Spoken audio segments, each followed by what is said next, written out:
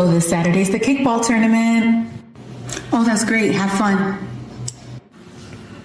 What do you mean have fun? Are you not planning on showing up? Oh, no, I'm not going to that. We put you down on the roster. We were kind of counting on you. Oh, I didn't know these were paid and mandatory events.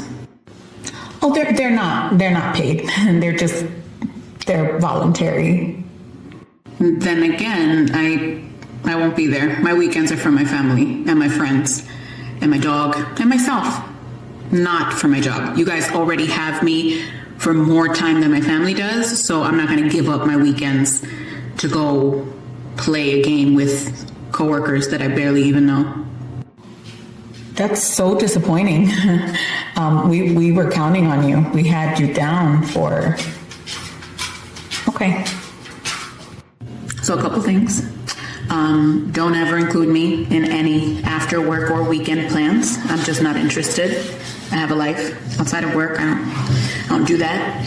And secondly, we live in Florida. I don't do outdoor activities.